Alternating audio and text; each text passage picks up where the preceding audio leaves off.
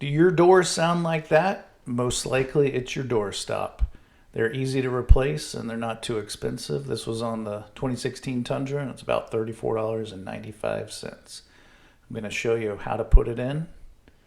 So here's where it's located before I take it out. Take out your door speaker. There's plenty of videos on how to remove the door panel on your car. And there's the back of it. There's two nuts right there. You're just going to remove those nuts. They're 10 millimeter. And then there's one attached to the frame of the truck. Here we're putting it in. You're just going to feed it through the hole there. And you're going to line up the two bolts. Pop through, put your two nuts on, tighten them up. And there we go, with no noise.